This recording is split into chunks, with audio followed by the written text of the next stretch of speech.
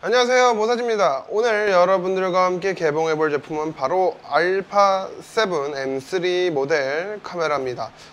드디어 저희 모사지가 이제 FHD 영상 기종, 영상 촬영 장비에서 드디어 4K를 촬영할 수 있는 장비를 좀 마련해 보게 됐습니다. 그래서 뭐 간단히 개봉기를 찍어보려고 영상을 준비했고요. 지금 촬영되고 있는 장비 같은 경우는 캐논 이제 80D였고요. 저희가 이제 제가 유튜브 처음 시작했을 때부터 캐논 80D로 촬영을 시작을 했습니다. 그래서 오랜 시간 동안 고민을 한 끝에 무려 280만 원이라는 거금을 주고 구입을 했습니다. 자, 그럼 오늘 한번 개봉을 해보도록 하겠습니다. 자, 항상 소니는 모든 제품에 실이 없어요. 얘네들 왜 정책이 그런지 모르겠는데 플스도 그렇고 뭐 비타도 그랬고 소니는 엔간하면 실이 없습니다.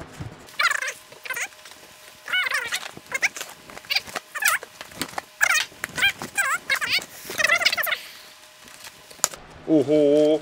자, 여러분, 이게 알파 7 M3의 바디입니다. 사실 기존에 저희가 지금 사용하고 있는 D80에 비해서도 굉장히 작아요. 이제 물론 제가 기능은 잘 모르지만 많은 분들이 이제 단점으로 하는 게 이거거든요.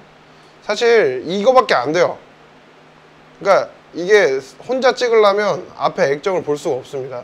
사실 지금 스위블 액정 방식이 캐논만 특허를 갖고 있기 때문에 이게 촬영하면서 뒤에 내가 어떻게 찍히고 있는지를 볼 수 있는 기능은 캐논밖에 지원을 안 해요. 그래서 사실은 캐논의 가장 큰 단점은 뭐 렌즈나 뭐 화질이나 이런 걸 떠나서 그 유튜브나 브이로그 하시는 분들한테는 액정의 문제가 가장 있다고 볼 수 있겠네요. 자, 그리고 이게 번들 렌즈인데 사실 번들은 이 정도 기종 쓰면 아무도 안 쓴대요. 그래서 보통 번들 셋을 사시면 그냥 단품 본체를 사시면 번들 렌즈만 빠진 상태로 판매가 되는 경우들이 많다고 하더라고요. 근데 이제 저는 가난한 유튜버라 사실 이거 한 대 사는 게 지금까지 유튜브 2년 동안 해서 나온 수익보다 적자입니다. 2년 동안 유튜브 수익 나온 걸로 이걸 못 사요. 그러니까 여러분들 유튜브에 너무 환상을 갖고 계신 마시고 저처럼 이제 취미 그리고 여러 가지 즐기는 여러분들과 얘기하는 용도로 쓰시는 분들만 쓰시면 돼요. 사실 저희도 4K는 개인적인 욕심, 좀 더 영상을 이쁘게 찍고 싶고 좀 더 영상 편집을 공부하고 싶은 욕심에 구입을 하게 됐습니다. 자, 그래서 뭐 번들 렌즈라서 뭐 말씀드릴 게 28에서 70mm의 화각을 가지고 있는 렌즈고 렌즈 밝기가 그래서 번들이라 좋지 않죠. 렌즈의 밝기 자체가 3.5에서 5.6 정도로 굉장히 낮은 밝기를 갖고 있습니다. 뭐 그 외에 나머지 좀 똑같은 화각인데 렌즈 밝기가 밝은 렌즈 같은 경우는 본체랑 가격이 똑같아요. 250만 원 정도 합니다.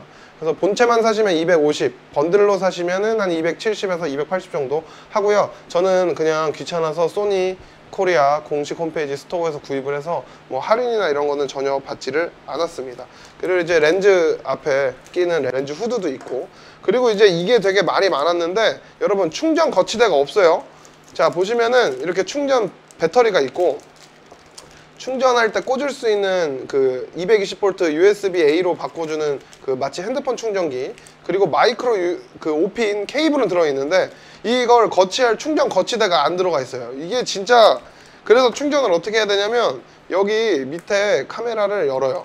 여기다가 배터리 넣고 여기 카메라 왼쪽에 있는 여기 보이시죠? 마이크로 5핀, 여기다가 케이블을 꽂아야 충전이 됩니다. 그래서 이게 굉장히 안 좋은 게 어쨌든 충전하는 동안은 카메라를 어디다 둬야 돼요. 그래서 만약에 배터리를 여러 개를 사셔도 충전 거치대를 안 사시면 좀 문제가 됩니다. 사실 이 정도, 물론 소니 스타일이라 좀 비싸요, 거치대도. 근데 이제 안 넣어준 건 좀 의외이긴 하고, 물론 정품보다는 다들 이제 이거 서드파티용을 구입하시긴 하는데 뭐 어쨌든 그런 정도가 있다고 생각을 하시면 될 것 같습니다. 네, 일단 제가 요 알파 7 M3를 구입하게 된 배경을 좀 간단하게 설명을 드리면, 알파 7 M3 같은 경우는 사실은 알파 6500 미러리스랑 고민을 좀 많이 했어요. 4K를 촬영하는 데 있어서.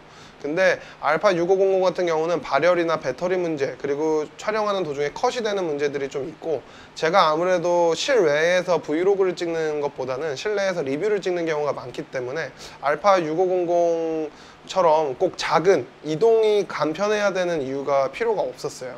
그래서 가격은 사실 알파 6500이 알파 7 M3보다는 좀 반값이라서 되게 가격적인 부분에 대해서 고민을 많이 했었는데, 실제로 실내 촬영을 하게 되면 번들 렌즈를 사용해도 저희가 조명을 사용하고 있기 때문에 좀 밝기적인 부분에서 좀 보정이 되지 않을까라고 생각을 해서 알파 6500에다가 시네마 렌즈를 사는 가격이 약 250만 원 정도가 들기 때문에 거기에서 뭐 20, 30만 원 더해서 번들 렌즈로 한 번에 풀 프레임으로 가는 게 낫지 않을까라는 고민을 하게 됐습니다. 그리고 개인적으로 제가 소니의 색감을 좋아합니다. 두 번째로. 그래서 소니군에서만 먼저 고민을 했어요. 사실 캐논유는 뭐 제가 거의 고민을 하지 않았고, 그리고 이제 세 번째는 아무래도 요새 촬영을 하면서 편집에 좀 힘을 쓰다 보니까 다양한 구도가 필요했다. 그래서 이제 메인은 아마 요 알파7 M3로 촬영을 할 것 같고요. 80D는 물러나는 게 아니라 이제 제 오른쪽이나 왼쪽에서 좀 그 자세한 뭐 스마트폰 같은 경우는 화면, 뭐 조립하는 거는 조립 영상 등을 뭐 동시에 촬영하는 용도로 활용되지 않을까 하는 생각이 듭니다. 그리고 또 이번에 알파7 M3가 배터리가 좀 개선이 돼서 기존의 알파7 2 2세대보다는 배터리가 엄청 개선이 돼서 보통 요거 하나로도 사진 찍는 분들은 하루를 이제 쓸 수 있다라는 리뷰들이 많더라고요. 그래서 저는 최종적으로 알파7 M3를 구입하게 됐습니다.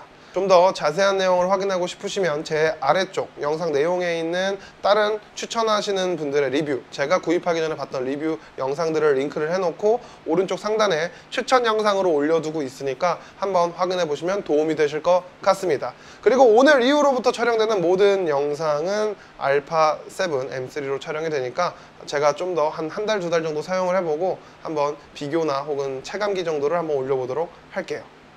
오늘 준비한 영상은 여기까지입니다. 앞으로 더 재미있고 신기한 아이템으로 찾아오도록 하겠습니다. 지금까지 모사지였습니다. 감사합니다.